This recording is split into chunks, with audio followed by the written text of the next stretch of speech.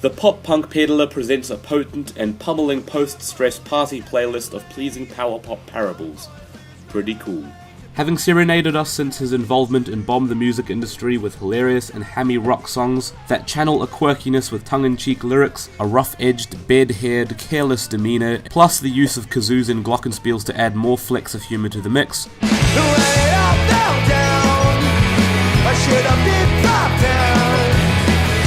Jeff Rosenstock is an artist to listen to and be entertained by for a good amount of time. It's good fun, it's a thrilling rush, and it all seems to flow very well too. Rosenstock had never been the most technically skilled vocalist, but he embraces this for ultimate bombast.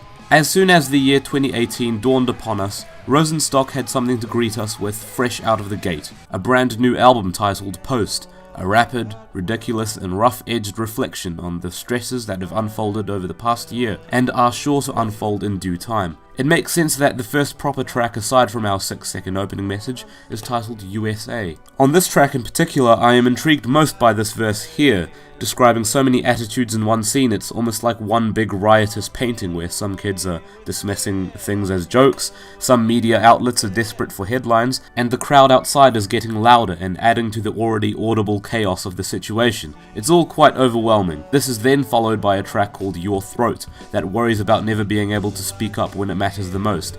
It even reflects on the leaked Hollywood Access tape from Trump and how despite the many people holding him accountable for this, he was still able to prevail in the 2016 presidential election.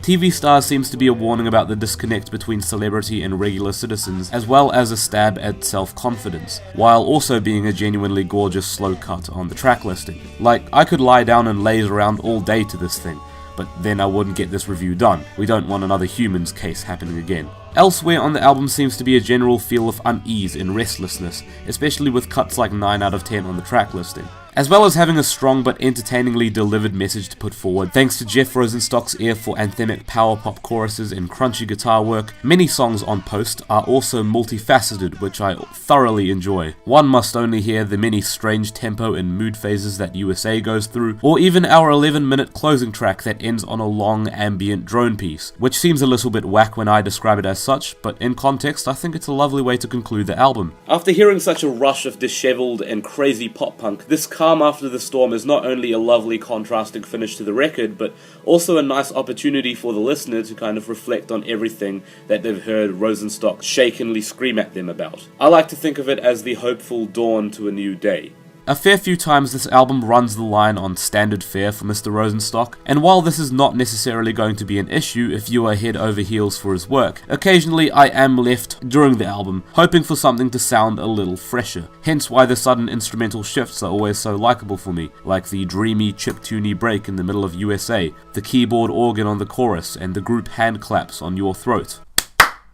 Or the slower, sparking ballad that is TV Stars, the totally batshit closer Let Them Win, which has way too much going on for me to wrap up in brief prose. Or the synthesizers that sort of buzz throughout Beating My Head Against the Wall, which is 100% totally a track title here.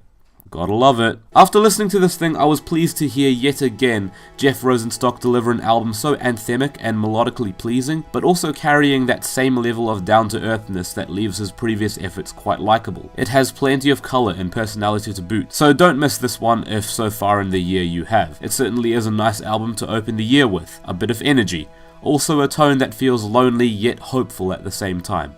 So hey, maybe loosen up a little, and be ready to beat our heads up against the wall with him. 7 out of 10.